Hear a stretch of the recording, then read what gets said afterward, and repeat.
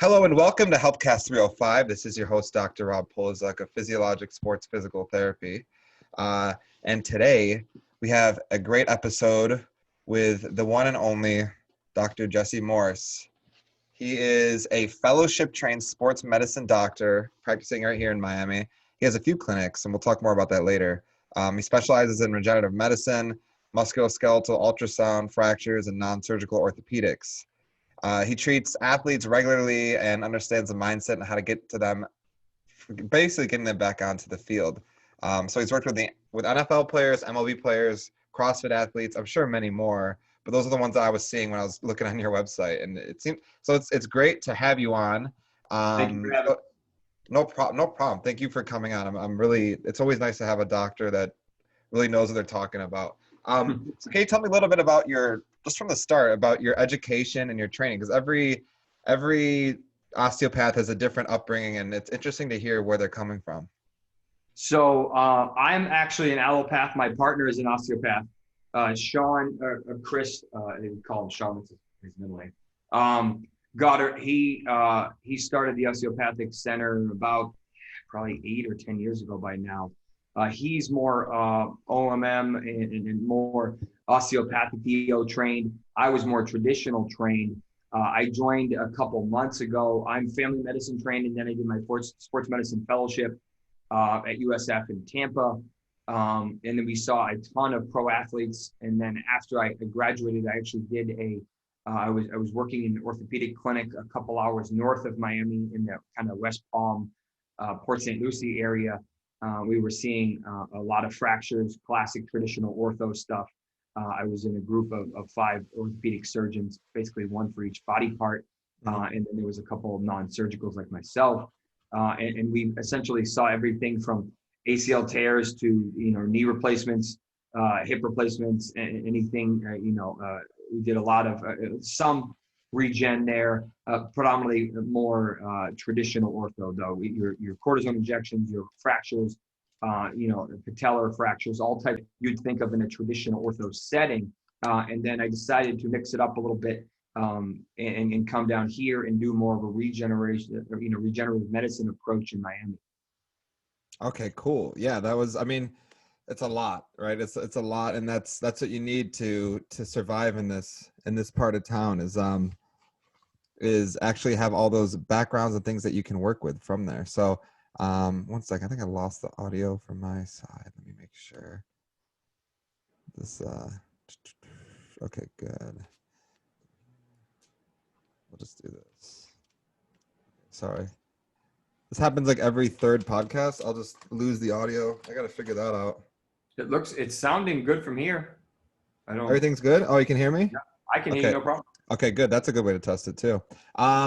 So the Osteopathic Center itself was created when, and like who was the mastermind behind all that? So Dr. Goddard created it about 10 years ago. He's originally from Tennessee.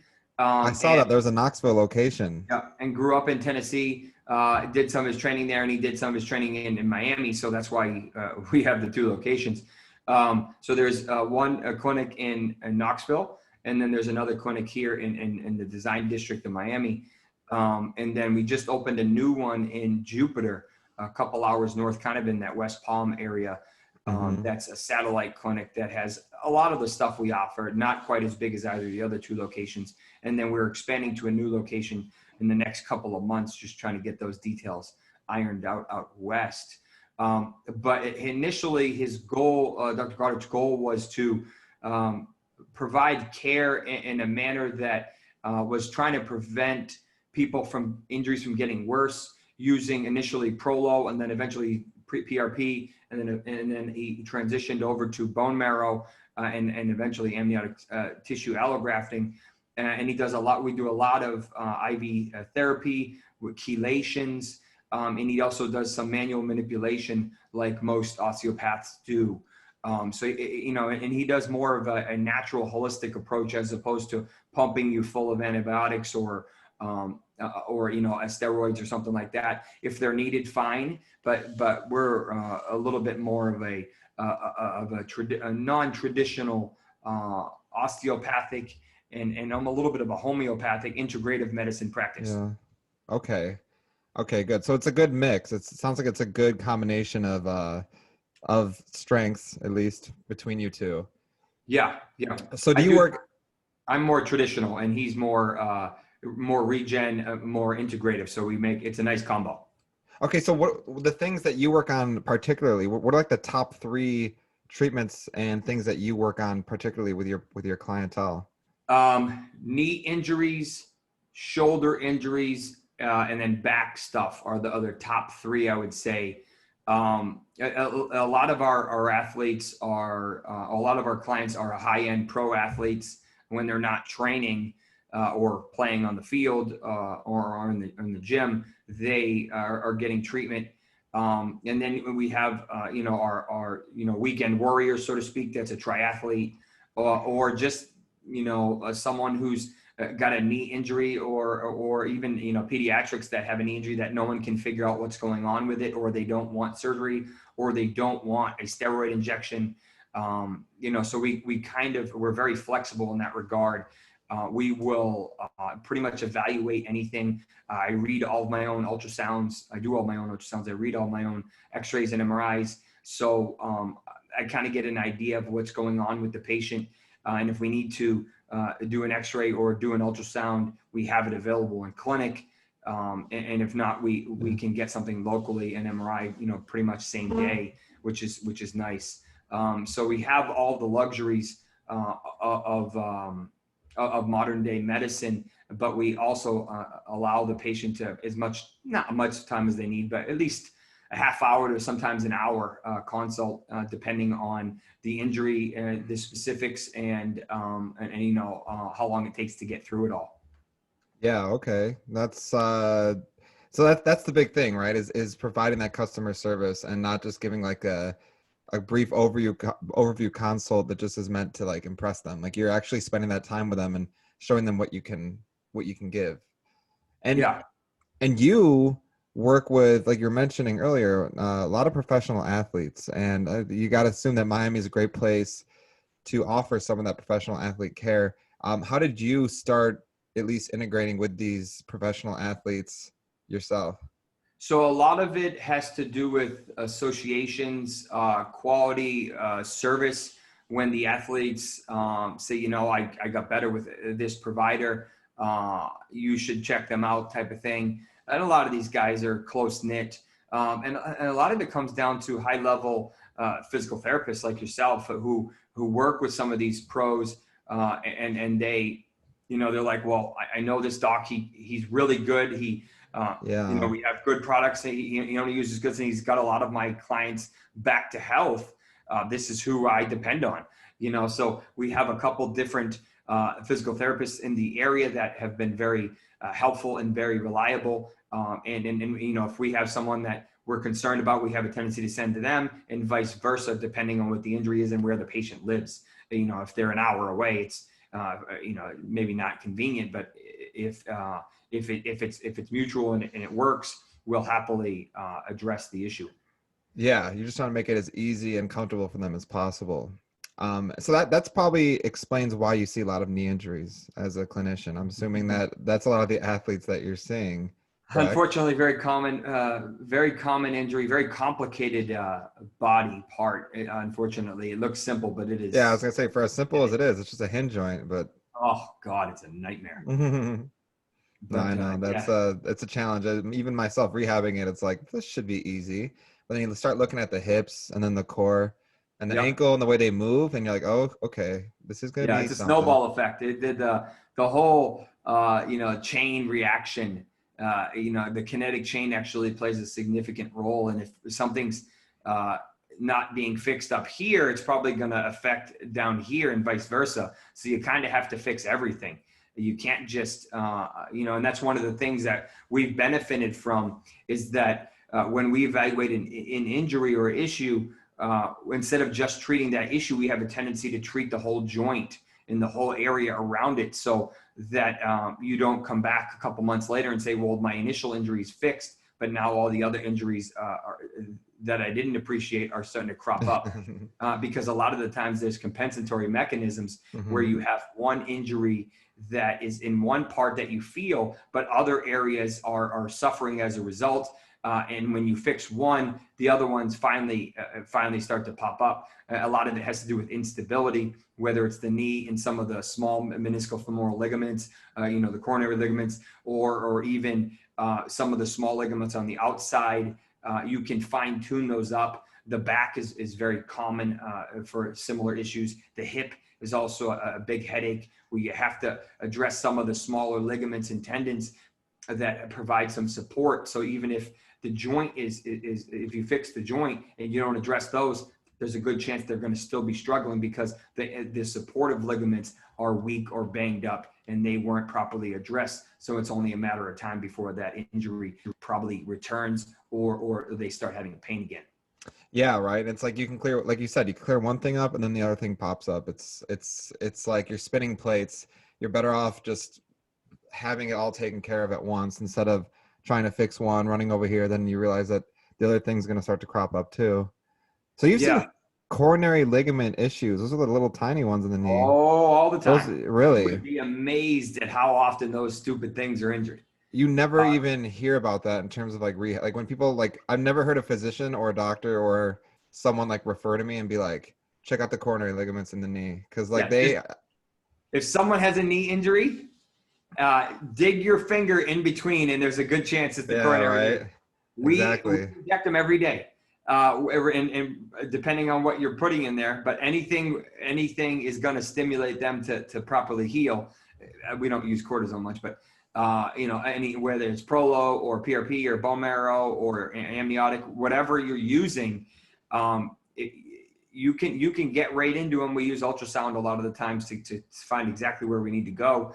And after the local block, they do really well. And even local blocking them can give people an idea of, I don't have my pain. And all you did was block the ligament. All you did was block the attachment. So that's your way of that's a diagnostic test, is you do a little bit of a localized numbing of it. And if it feels better, then you know that that's it.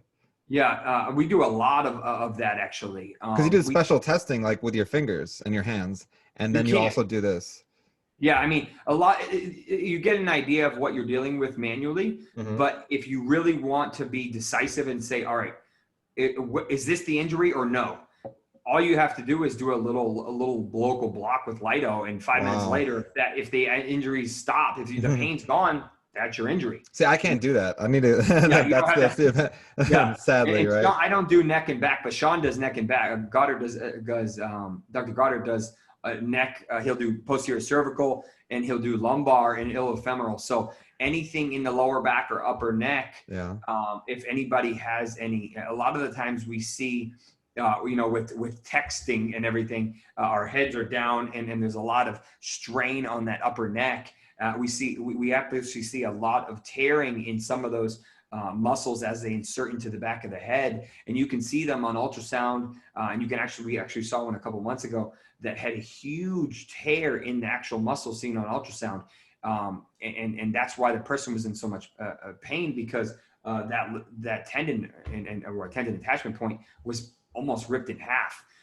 So you have to really get into there with the needle and fine tuning it. And then eventually, depending on what product you use, you can get it to heal. It may not be one round, but a lot of the times that can be very effective. But initially, if you block it with a little Lido or whatever you're using, works wonders. And if it doesn't block it, then you said, that may be injured, but that's not the source of your pain. Are these lidocaine blocks purely for diagnostic purposes, or can they also be used for acute treatment, and then maybe the pain just goes away because they're out of the cycle for a little bit, or is it only diagnosis purposes? So it helps with diagnosis without question. A lot of the times we will do that if we know what it is, and we'll do that, and then we'll do whatever injection we're doing. But if they just want to confirm that that's in fact the injury, we will put it in there. And then if they just say, all right, I know what it is, I'll think about, the different treatment options. If it goes away, great. It's not super common. Every once in a while you can do that for like a little muscle spasm or a little pressure point.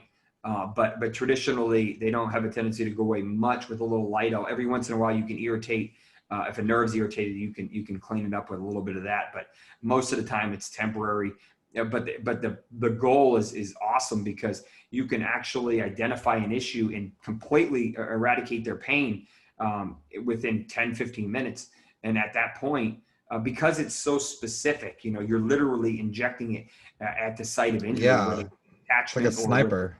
Yeah. So it's like we had one last week where there was 3 parts on the back of the head that were all potentially injury, and the person was tender to each touch.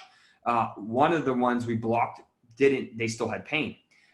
We blocked the second one and the pain was completely gone. So while the first one may have been potentially a large source, the second one ended up being the one that ended up being the one we needed to fix, because that was the main pain generator. The third one didn't really help, didn't cause a lot of pain. And you can also use that as, depending on what product you're using, you can hit all 3 spots, but where to put the highest concentration. Yeah.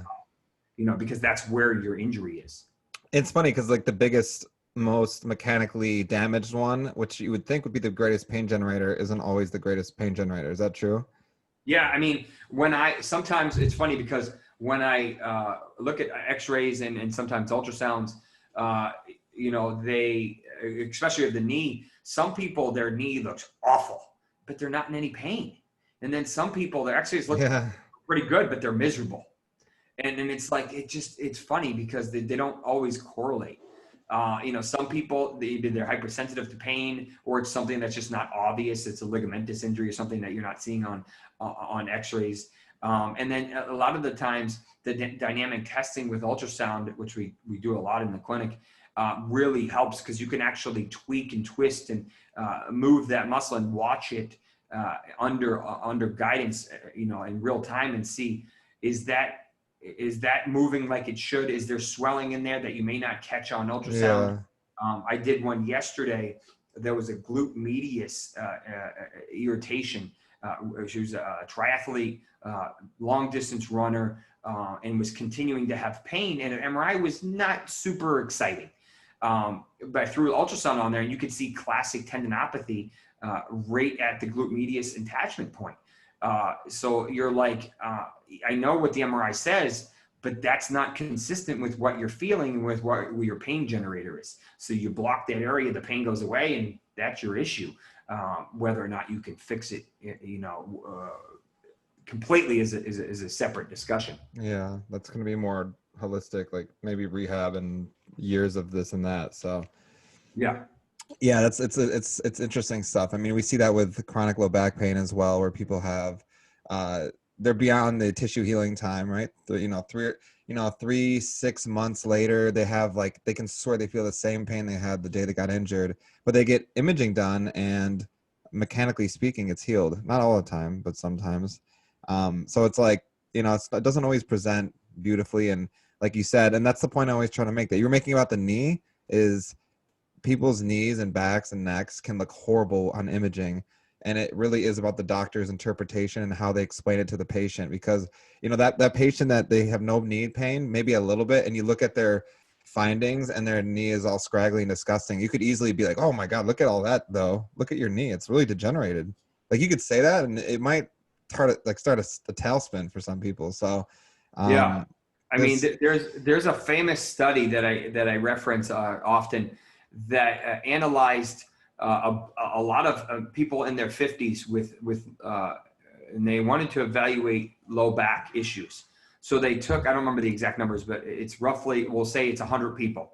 And they took 100 people in their 50s and did MRIs of their lumbar spine for all of them. None of them were in pain, but somewhere about 60-ish% of them had significant issues on MRI.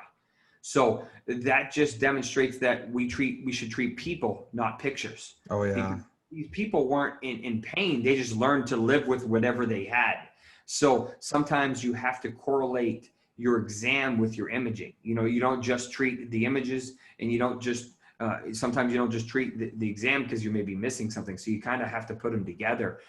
And that's why a lot of times when we see people that have had different images and different procedures, we ask them to bring everything in, because it helps to kind of put the piece together, collect as much information as possible so that we can make the best decision for you. Yeah, that's exactly, you're speaking my language there. That's good. It's like non-interventional, you know, you're not trying to cut open. You're not trying to go after that right away. And that's the beauty of having those kind of physicians and doctors of whatever out there that can actually look at the whole patient and figure those things out. Definitely. All right, so on that topic, let's see, where do I want to start with this one, because we were talking about athletes. Let's go to the athlete question. So you have a podcast called The Fantasy Doctors, and this, I'm sure this correlates, because obviously the people listening will understand that you have a very in-depth knowledge about injuries, healing times, and how to work with them. So you use this knowledge on your podcast, I'm assuming, to, what I infer from what I've looked at and heard, is that you inform people, especially fantasy team owners, because they're like the most involved people. Sometimes it's too much. Like on YouTube, there'll be like a gruesome injury, and the top comment will be like, "Man, he was on my fantasy team." I'm like, "This man is out for the season. Don't Yeah. like, why are you worried about your fantasy team?" Oh But yeah. that's how it is, right? So there's a market Oh for it, boy, and is you're it ever. informing them. Yeah. So tell us about the Fantasy Doctors podcast. How long has it been around? Just this year? Or So was it? I actually have 2 or 3 podcasts, but the main one you're referring to is the Fantasy Doctor podcast. That's been around for, we've got to be going on 4 years now, I think. Oh, We have a couple offshoots of it, but that's the main one. And yes, we are a combination of video, and I do split it into audio. It's weekly during the NFL season. NFL is our primary injury topic. We do cover some of the other sports that they just don't gain as much traction. mm-hmm. And the main purpose of it is to translate these injuries that we see and hear about to kind of dictate, all right, what does this mean in layman's terms? Is this severe? How long is he going to be out? When he's back, is he really going to be 100%, or what can I expect from him?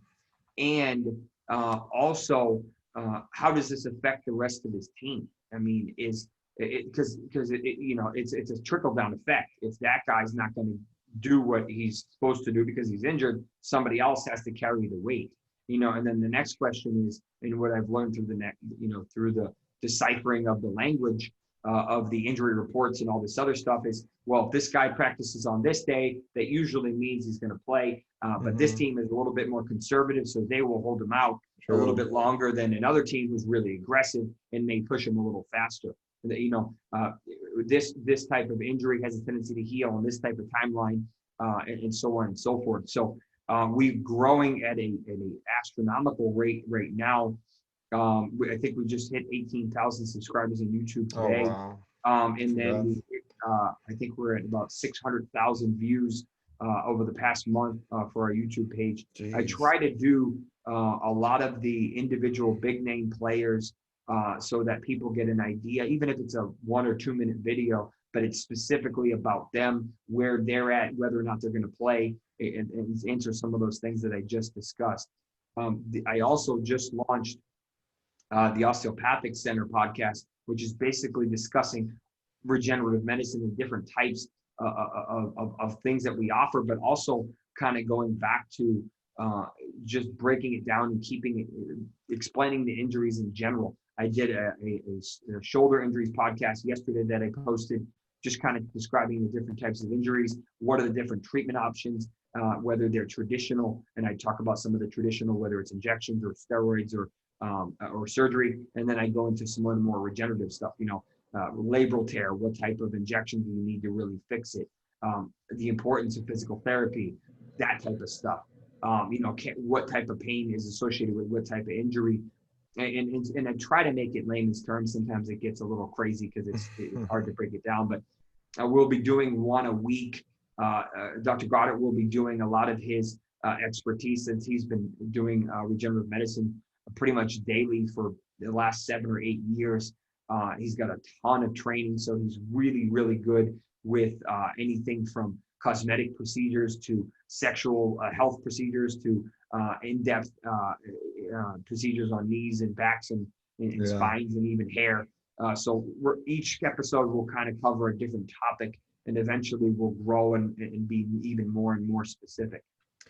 And there's a third podcast too, right? There's a couple more, but those are the main two that. Okay, I was like, let's hear about all of them. I mean, for as Those long are as the we're main talking two about them. that I spend most of my time on.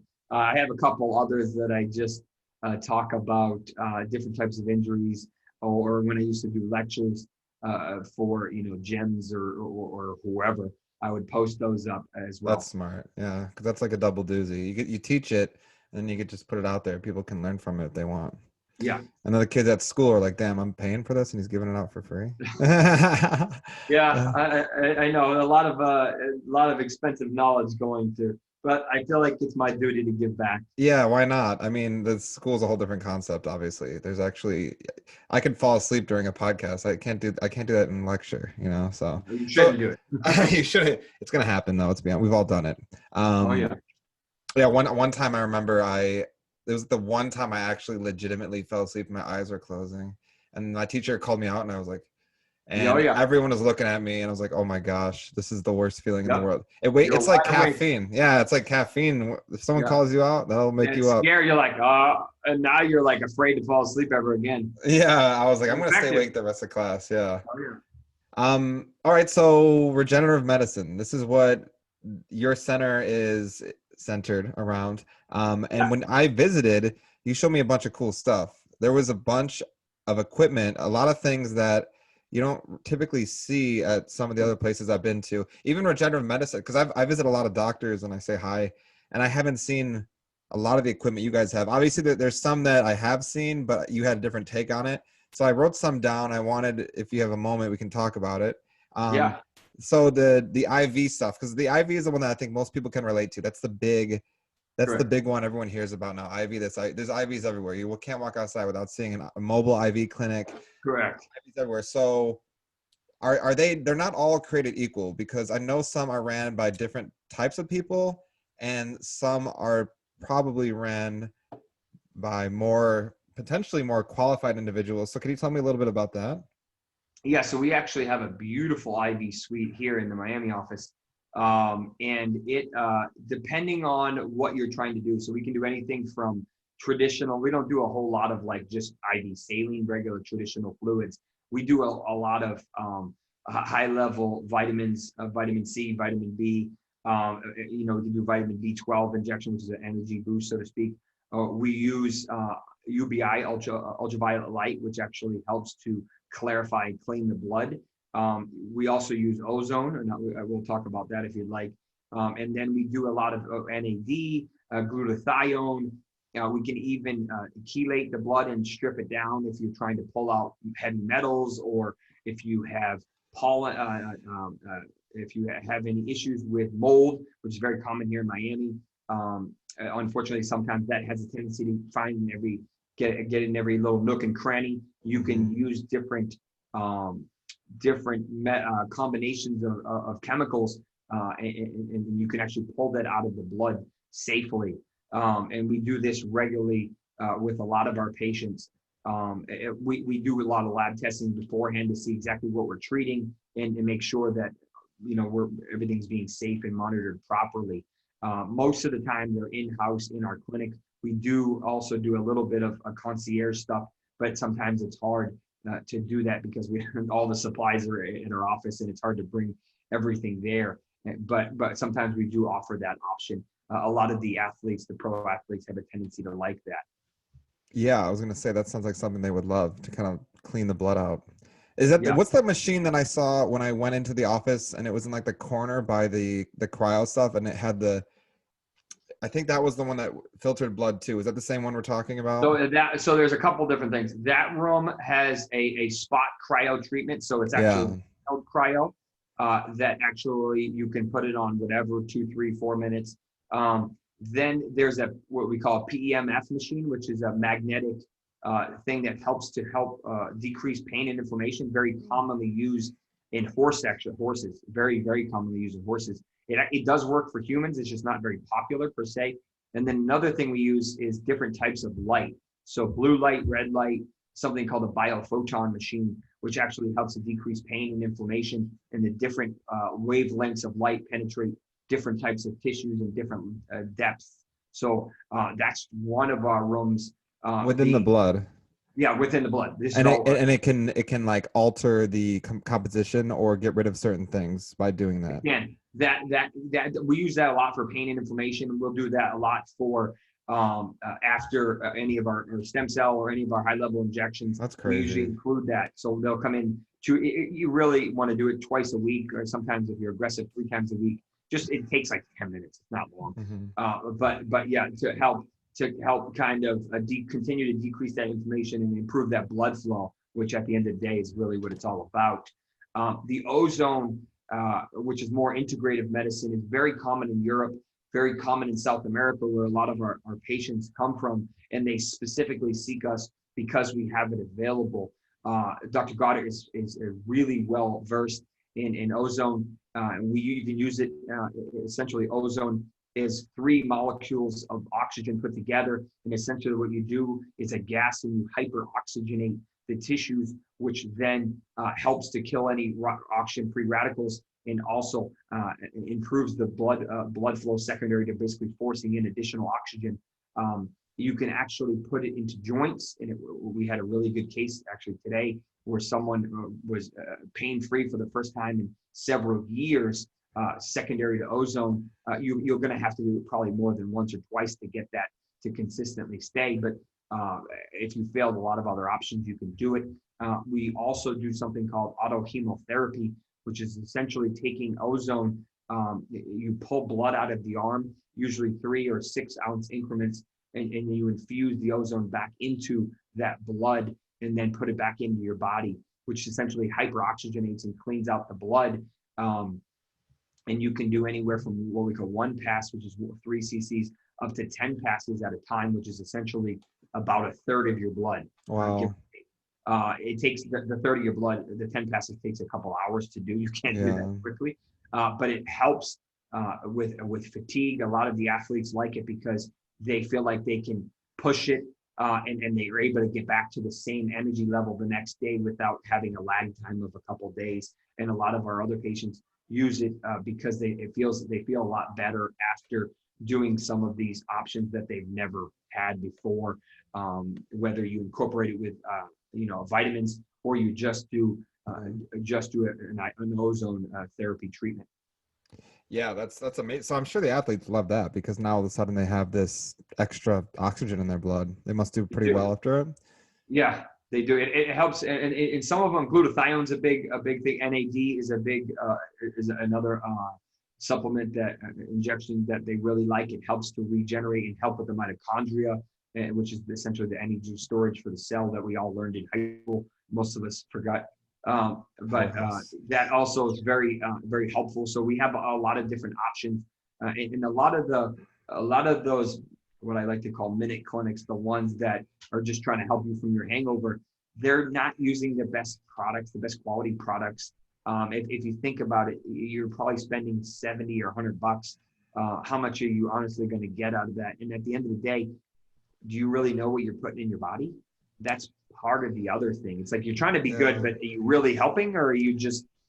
Yeah, and I'm thinking, what's the clinical rationale if it's not ran? Because do you have to be a doctor to run one? Or can you just be a phlebotomist or something? Chiropractors can run them. You have a couple. Look into potentially the people that are administering it. If you're, depending on what you want out of it, if you just want to cure your hangover and you're bougie, maybe you have different needs. If you're an athlete, or if you have, I mean, it seems like you can't go wrong with the higher quality stuff regardless. So. Yeah, I mean, it's a little bit more expensive. We're actually about to launch a IV therapy package, like a monthly subscription, depending on how often you want it. That's the thing to do. Mm-hmm. I mean, and we have we do it here, we do it in Knoxville, we do it in Jupiter, just depending on obviously where you live. And honestly, they take 20 minutes, half hour. We usually have 1 or 2 nurses for 1 or 2 patients, so it's pretty individualized care. You just relax and sit back, get your IV, and then you go home or whatever you're going to do. But in my opinion, especially in medicine, you get what you pay for. Yeah, that room is pretty relaxing. Yeah, it's not, they did a great job designing that room. It is. It feels like rainforesty. I don't know. It feels like Miami. It's, I mean, it's crazy because you go to some hospitals and stuff, and the rooms, it feels like you're dead on arrival. It's like, geez, what do you want out of me? But you know, they do a good job in the pediatric units. They always make them look fun and Yeah. cute. They should just do that for adults. Like, why wouldn't an adult like sing like little monkeys on trees? Like, whatever. Like, at least it's fun. But it's like once you're an adult, it's like you get the gray room and you're going to be horribly depressed throughout this whole process. Get ready for it. This is being an adult, right? So I like that room. I mean, it's what you need when you're trying to get your IV done. That's what people want. They probably had a rough night before, or they're just an athlete and they're trying to get better. So athletes in a way are like kids sometimes, as you know. Oh, so yeah. they need they're genetically gifted without question. Most of them are very, very physically gifted. But sometimes they don't treat their body the best. And they have a short window to do what they're blessed to be able to do. 18 to 30, maybe 35, depending on the sport, 40 if you're a rare special breed. But why is LeBron still being able to do what he's done now for the past 15, 20 years? Because he takes care of his body and he spends $1 million a year on his health. He's proactive and reactive. Not everybody has that financial luxury, but if you were smarter about taking care of your body and being proactive, then you may be able to last longer and stay elite for a longer period of time. What do you think the most effective? What do you think the most effective regenerative type treatment is for like these long time athletes, like these 10+ year athletes? Like if you had to pick a few, what are like the ones that you see are the most effective at the long-term effect? Because there's things that have acute effects, but that might be enough to carry them through a season, which could add seasons onto their lifespan. Like what are the ones that you see that versus what they want versus what would probably be the best for them? So a lot of athletes, they don't address early stage tendinopathy. They don't address. Should I walk it off? Like we'll say, for instance, a running back in the NFL. They are traditionally going to have knee issues because they're tackled usually by their legs, and the MCL is the ligament that runs north to south on the inside of the knee. You usually get tackled on the outside, so the MCL gets stressed. Whether or not you have pain in that, we can do an MCL stress test under ultrasound and actually calculate how much your MCL moves compared to your LCL, the opposite side. And that can actually tell us if you're at increased risk for injury, because if and when that goes, your meniscus is likely going to tear because it's attached to it. Your ACL, depending on how your angle, how your foot is planted, and other injuries. So if you can get ahead of these things, and instead of being completely reactive, but instead say, it's doing okay now, but I don't want it to get worse, and let's see if we can, keep it as healthy as we can. That's how you should approach it. Eventually, that will be commonplace, and we'll be able to do that. That's amazing stuff to measure like that. So what, do you want more laxity on the MCL? I mean, that doesn't sound great. No, you don't want laxity at all. I was going to say, because if it's in comparison to the LCL, you want a 1-to-1 ratio in terms of like, so the LCL had a tendency to be less lax because or specifically for football players, because they usually don't get, it's not stressed on the inside of the knee. I mean, if you think about it, the other knee is preventing that ligament from really being pushed. The MCL, on the other hand, is almost always lax because these guys have been playing since since they were like 5, and if the elite ones played in high school, a lot of them ran track, a lot of them played basketball, then they were in college, then now they're in the pros. So that ligament, if it hasn't been torn, it's been really beat up for years. Some of the genetic freaks have been lucky and they haven't had any issues with it, but unfortunately a lot of them have, whether it was a slippery field, whether it was a dirty hit, or it was just wear and tear, and it's time to go. But unfortunately, some of these guys hopefully will take their health more seriously and actually be really aggressive when it comes to preventing injuries, as opposed to waiting for it to get injured and then saying to like, oh, Yeah. You Yeah. know? And then it's like, oh, how'd this happen? Yeah, so you must see a lot of athletes. Do you give like a well-rounded evaluation to athletes, like even things they wouldn't think about so they can know where some of the risk factors lie if you're meeting them for the first time? Because they might come in just be like, yo, I want an IV. And then you're like, well, can we look at XYZ too to see how you're progressing with it? Yeah, I Maybe at mean, least a if career. they're open to it, some of them are very. They kind of have like a horse that have blinders on. They really don't want to focus on anything, and some of them are a little bit more approachable. And a lot of these guys have some of the craziest injuries you've ever seen, and they learn to live with pain. That's just Like they never knew they had it. well, they don't know what it is. Yeah. It's a team doc is hard. Like I was on staff for the Philadelphia Phillies, the Toronto Blue Jays, University of South Florida. I did a little bit of work with the Miami Marlins, Wow. and even in those short periods of time, you're trying to take care of 30 to 70 guys, 100 guys, and it's hard to fully evaluate. Plus your regular patients; those are just the athletes. It's hard to evaluate everything. You can't spend 35, 40 minutes on each player with each body part. It's just not possible. And a lot of the teams don't want to pay for, preventive medicine type of things because they don't know how long that athlete's going to play for them. Some of the ones, they will be a little bit more aggressive because they know if that player is healthy, they're going to be more of an asset to my establishment or whatever. But it's unfortunate that some of them don't think that way. And it's just hard for a training staff to keep up with all the injuries, to keep up with all the wear and tear. Basketball is a little bit easier because you have a much smaller group of players, maybe 10 or 15. Yeah. Whereas, NFL, I mean, you have anywhere from 50 to 100 guys. I mean, That's a mess. The practice squad too. You got to take care of them. yeah, I mean, it's crazy. So it's like, baseball is also a pretty rigorous sport because of how often they play and just the amount of stresses that they put in their body, especially pitchers in their elbow and their shoulder. But it's interesting, the different injuries that correlate with different positions in different sports. Usually, like high ankle sprains are really common in football, but you never hear about them in baseball, like never. And elbow injuries are super common in baseball, but you never hear about them in other sports. So it just, each sport is its own little microcosm within sports medicine. Yeah, definitely. And that's why you get the specialists. That's why you get the people that are renowned in their certain sports. If you're looking for the elbow guy, he's probably working for a baseball team, Yep. All right. So then so prolotherapy is, I think, something that you stress a lot. And I think a lot of typical people that are looking for regenerative medicine probably don't even know what that is, but I can tell by the way that you portray it, what I've read online from the Osteopathic Center, that this is a big treatment. So can you tell me a little bit about prolotherapy? Yeah, Prolo is old school. So Prolotherapy is essentially sugar water. It's dextrose, and it's amazing. You really wouldn't think it would work. It works, but it does. It really works. Mm-hmm. Essentially, what you're doing is you are irritating the tissue, and the dextrose, the sugar in the tissue, actually can create some change in tissue. It's not going to move the needle much.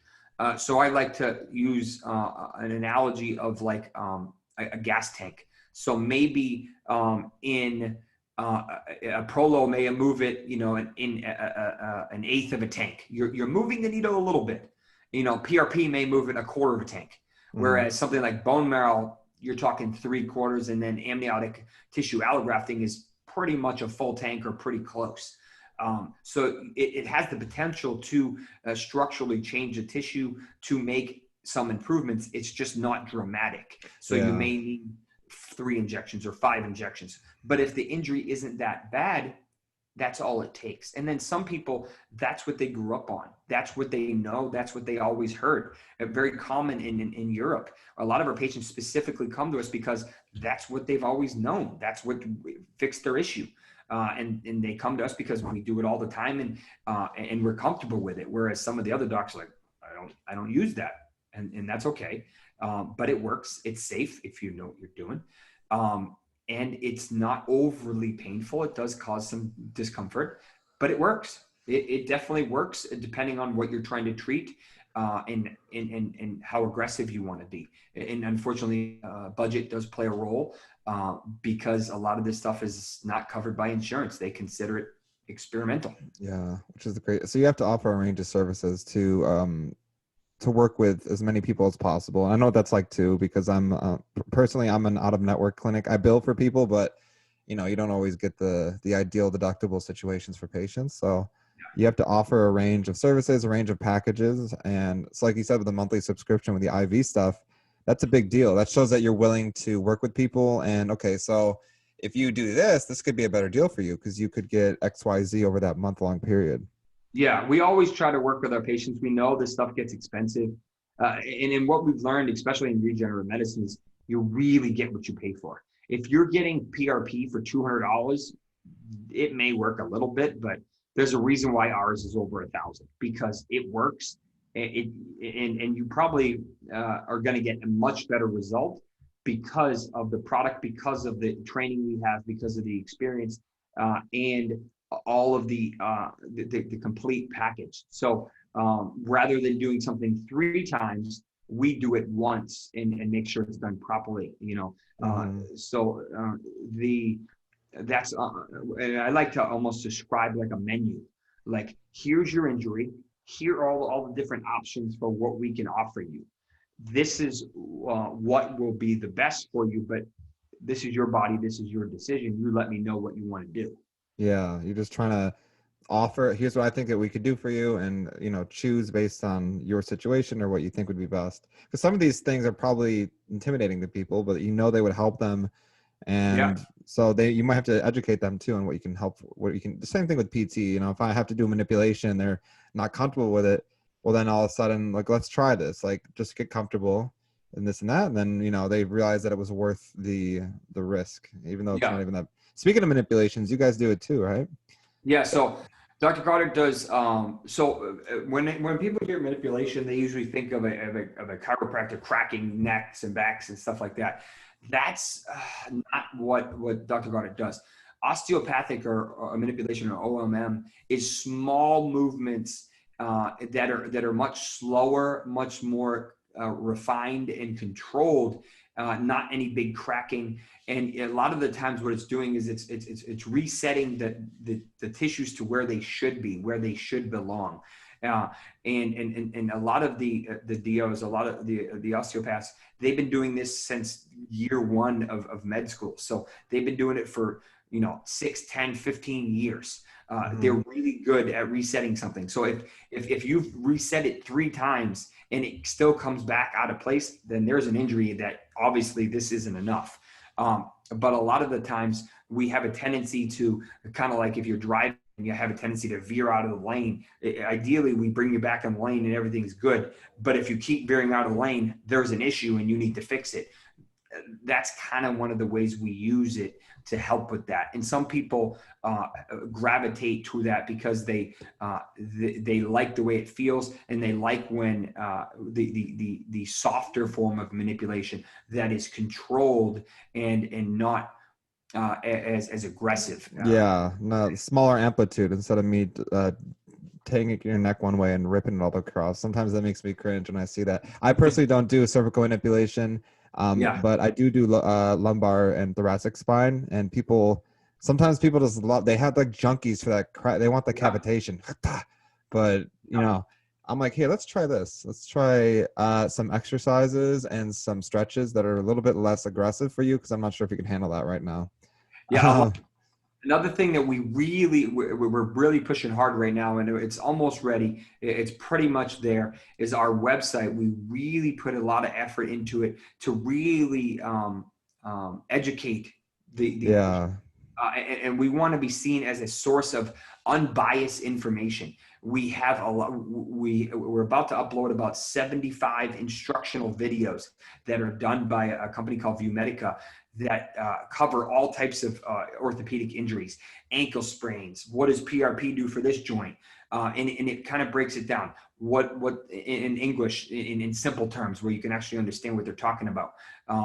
And that should help to educate the patient so that when they come, they're like, oh yeah, I saw this on your site. I have an idea what you're talking about. And then we can just say, all right, this is your injury. This is your options, treatment options, so that we don't have to talk for 20 minutes about what, lumbar sciatica is. And you already understand what it is because you've been doing your own research. Yeah, that's good. Meet them halfway and educate them too. And you can always refer to the website too, and that's a great thing. And that's why you have all this content you create, is the more educated the public, the better, in the right way too. Because if you're providing it versus someone just Googling it and finding stuff out on their own, it's never the best idea. Dr. Google, it doesn't understand what you mean always. You type in fever or whatever, and you could get 300 different diagnoses. One of them is probably right, but you may think it's one of the crazy ones. I think I think that the whole meme culture has actually like made people aware as to how silly that can be. Because I'll get patients now that are like, oh, I know I use Google and it's probably not right, but like I heard I have like stage 4 cancer. I'm like, no, it's not what's going on. You just have knee pain. Like, chill. Yeah. And so like at least people like preface it now with the fact that they are not 100% sure. And I'm just a PT. I can't imagine as a doctor, like what doctors hear. It must be crazy. So I always like to tell patients, common things are common. And when looking at a field full of horses, don't look for the zebra, because it's not very common.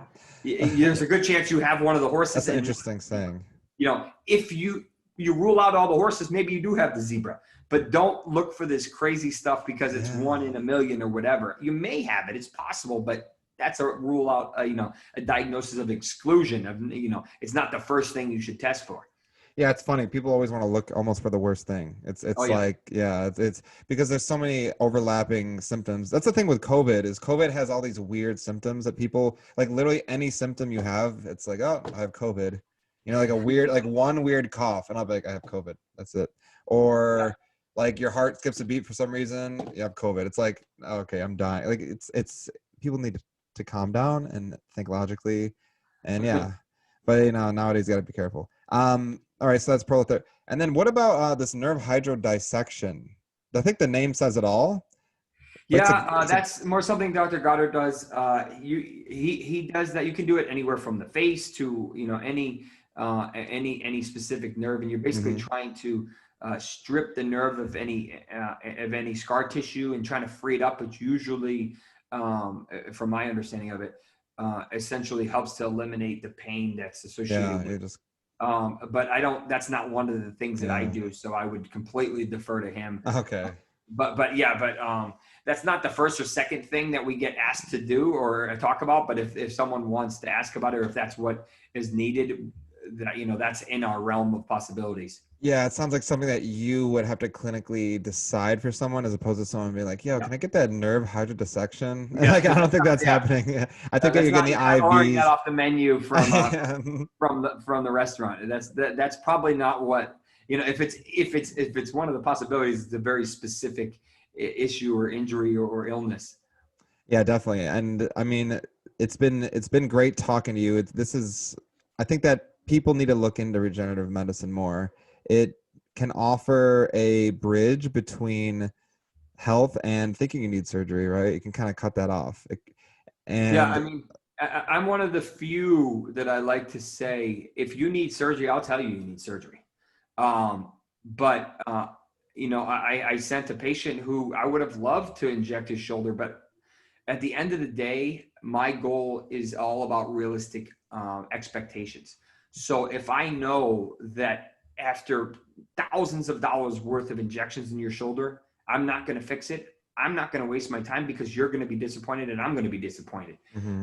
So if my goal, if you have a serious labral tear in your shoulder, and I'm like, regardless of how much product I put in there, you still need surgery, then I'm going to tell you, unfortunately, this isn't the best for you if this is what your goal is. If you just want to calm down pain, great. But if you want the instability to go away, you need surgery. And there's nothing, I can put all the best products in the world on that shoulder, but it's not going to fix it. Unfortunately, that is a surgical treatment. So sometimes, and a lot of the patients like that, because they're like, well, I'm not a surgeon, but I will happily defer if surgery is the best option for you. But a lot of the times, I will tell you what the surgical outcome is expected to be, Yeah. what the possibilities of side effects could be, and you know how long is it going to take? You know, rotator cuff repair, you're looking at least 6, usually up to 9 months. You know, and some people, if they don't want to hear that, you know, or if that doesn't interest them, then if they went to an ortho, a surgeon, and they told them that, they kind of shut down. They're like, well, I don't want surgery. Now what do I do? But if I said, all right, this is what you want. If you want surgery, they said, no, I don't want to be out of commission for 6 to 9 months. There you go. That already answered your question, whether or not you want surgery. Now here are the options for not surgery. Yeah, you're like a good quarterback in this situation, right? Because if they need that option, you can defer to that. And if they don't, then you can. And that's like with physical therapy, you see that too, because people will come in and they'll be like, I went to an ortho surgeon and he said I need surgery. And within a couple of appointments, they see like a great improvement. And then they'll be like, wait, I don't think I need surgery now. I'll be like, think back, like 2 days ago, you thought you needed surgery, but right now you're X% better. Like, do you think you still are going to need surgery? And they'll get that positive mindset. And same thing, I'm sure, with regenerative medicine, where it's like people that think they might have been led, or with Googling, they're like, I just need surgery. I need to go and get that surgery. But they find someone like you who can actually prevent that really invasive technique. And they probably learn some great things along the way too about themselves. I mean, and unfortunately, sometimes surgery doesn't fix the issue. If the issue is bigger than just that issue, if there's instability around it, which usually there is, and the surgeon's not going to go in there and fix this small ligament, fix this other ligament, address this instability or you know, muscle imbalance. They're not going to do that. Mm-hmm. So if you just do the surgery and then assume everything's perfect, you're probably going to have issues. You know, maybe therapy afterwards will do that, or pre-therapy will help with that. But a lot of the times you can combine the approach. You know, if someone, like using the labrum description, someone has labral repair surgery, and if they want to say, well, how can I speed up the process of healing and improve my chances of a perfect outcome? We'll do regen after you know, after the surgical clearance, after a month or whatever, you know, after the surgical date, when the surgeon says, yeah, you're cleared to put whatever you want in there now. Mm-hmm. And at that point, you know, whether you want to put bone marrow, whether you want to put PRP, whether you want to PRP, if you want to put, you know, stem cell, amniotic, or fat, however, whatever you want to use, you can use that and deliver those cells that are going to help structurally improve the environment, and use it almost as in connection with the surgery to kind of build like a scaffolding together. And a lot of the times you can do that to help improve the outcomes of surgery.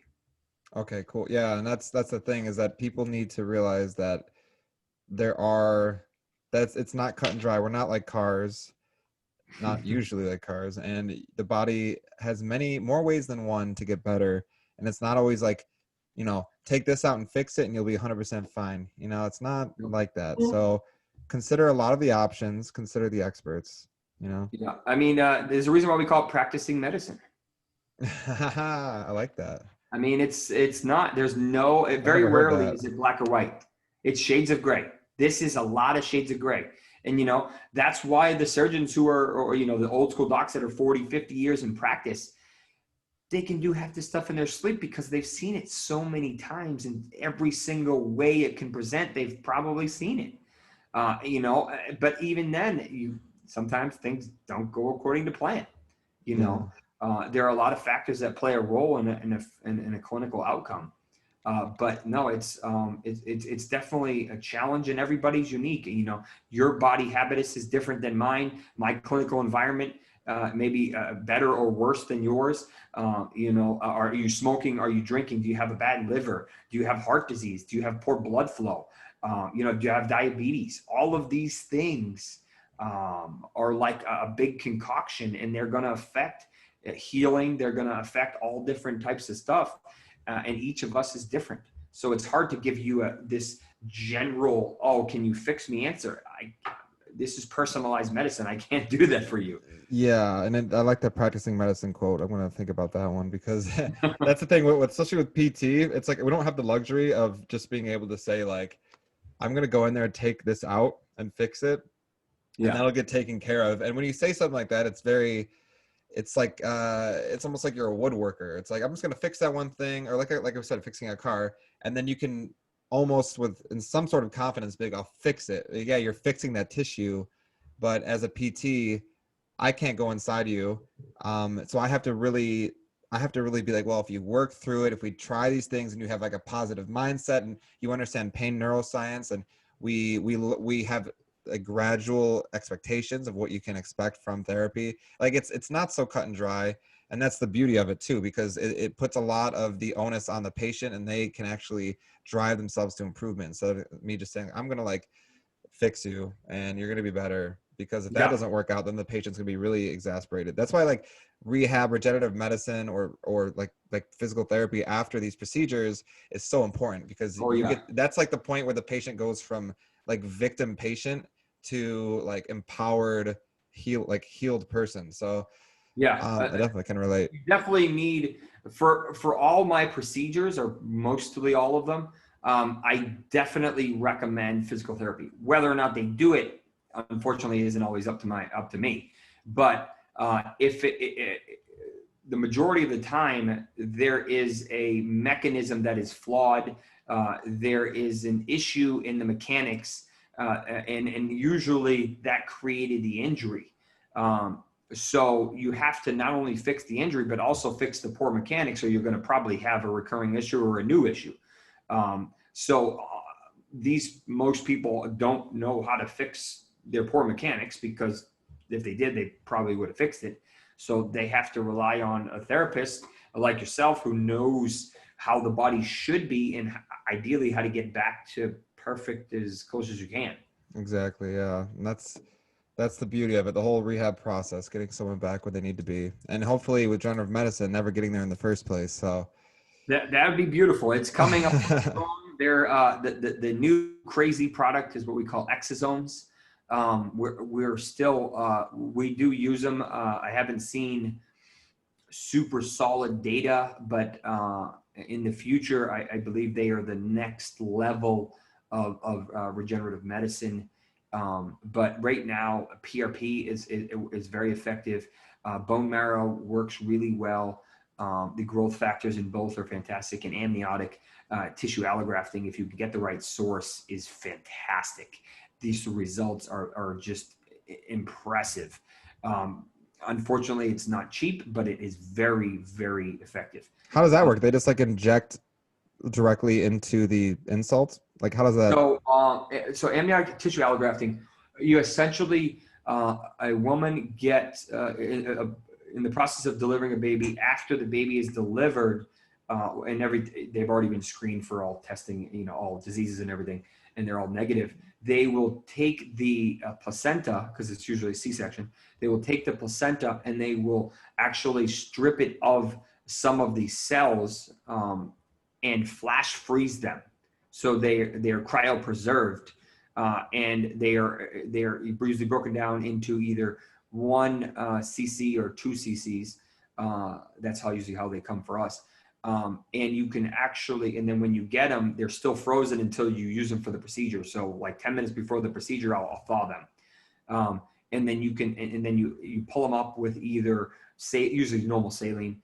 And depending on how concentrated you want it, you can dilute it, 1-to-1 or 1-to-10 or whatever. Mm-hmm. And you can actually, for the product that we use, you can actually see the tissues floating in the actual. It's like sci-fi movie.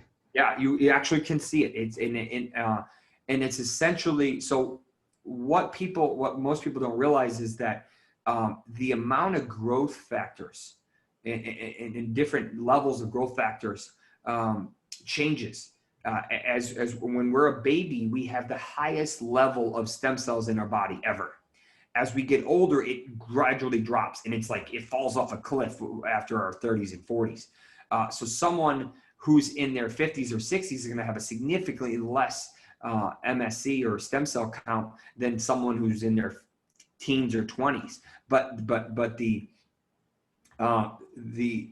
placental ones are brand new. They can't get any better than that. So they literally have the optimal tissue in the optimal environment, and they can say, oh, hey, I need to fix that. Oh, I can fix that, because they can pretty much fix whatever they want, because they're what we call undifferentiated. Yeah, like they're not like focused enough on one thing yet. They can actually Right. branch out and treat whatever condition they come across in Right. that sense. Yeah. As they get older, they usually differentiate, and they said, "Oh, I can only fix bone because I'm a chondrocyte, or an osteoblast." Whereas I'll say chondrocyte, oh, I can only fix a cartilage or whatever. Yeah. If they're undifferentiated and they're one of the primary cells, they can say, "Oh, you have a bone issue, I can fix that. Oh, you have a tendon issue, oh, I can fix that." And it has the ability to do that, and it's very high concentrations. So that's what we've had the best luck with. And just from a clinical speaking, this stuff works great. Yeah. It doesn't cause a lot of pain. It doesn't cause a lot of downtime. Our professional athletes are back on the field in a week, depending on what they're treating. It's amazing. Unfortunately, it's not cheap, but it works. It's really, you get your money's worth, and the injury, you may never get the tissue back to 100% like it never happened. I don't think that's realistic, but you're going to get it realistically, if done properly with the right product. You're going to have a really good result that you're happy with. You can lay some strong tissue down alongside of that. Yeah. I mean, they look at like MRIs and imaging, ultrasounds of like Achilles tendonitis and Achilles ruptures afterwards. And like, it's not always about fixing the old stuff as much as it is laying down a solid foundation afterwards. And it can look a little scraggly, but that's just the way it is. The human body isn't meant to make everything perfect again. Like, it's like going to get a new car and you don't want to get a single ding on it. And then it's like, well, okay, it still works. Like with that kind of stuff, it's more about the healing process afterwards and laying down tissue that can tolerate what you're about to put it through. So I can see athletes like that. And one of the things when you've done this more and more is you realize you have to be a little bit more aggressive. If you think maybe 1 cc is going to be enough, maybe you put 1.5 or 2 in there, because if someone never re-injures that cell again, they're going to be really happy. But if you're not very aggressive and they're like, yeah, it helped, but all my pain's not gone, they're going to be disappointed. And you also say, is this grandma or grandpa just trying not to have pain every day, or is this a high level athlete that is going to run 100 miles over the weekend, or is in the middle of training for an NFL season or whatever. So you have to take into consideration their actual goals.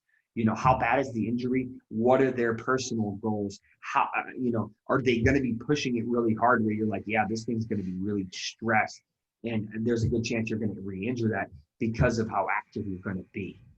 Yeah, definitely. I mean, all the things need to be looked at in a functional, is this actually right for the right patient? Like you were saying earlier, that's what you take in the information and you give the client all their options that they could utilize. Yep, definitely.